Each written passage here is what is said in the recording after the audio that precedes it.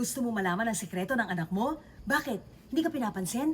Umiiyak? Parang may problema? Hindi mo alam kung paano kausapin? Nakalak sa kwarto? Naku, ilang taong ba anak mo? Teenager na siguro to. Tanungin lang kita, bakit wala kang alam sa buhay ng anak mo? Nung maliit, nakipaglaro ka ba?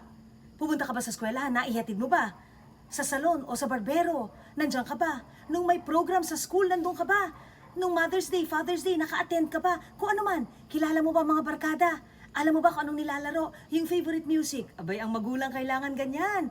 Dahil kung absent ka, habang lumalaki ito, gets kita ha? Naghahanap ka ng pera, sobra kang busy, at syempre pag uwi mo, pagod ka na.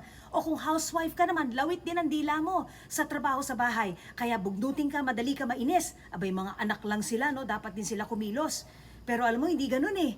Siyempre, kahit papano, dapat makarelate tayo sa mga anak natin, maintindihan natin sila dahil tayo ang matanda. Hindi pwedeng uunahin natin ang sarili natin.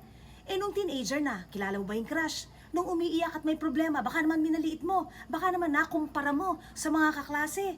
Eh, wala ka naman yatang napakagandang relasyon eh. Kahit anong gawin mo, out ka talaga sa buhay niya at hindi mo malalaman ang sekreto niya.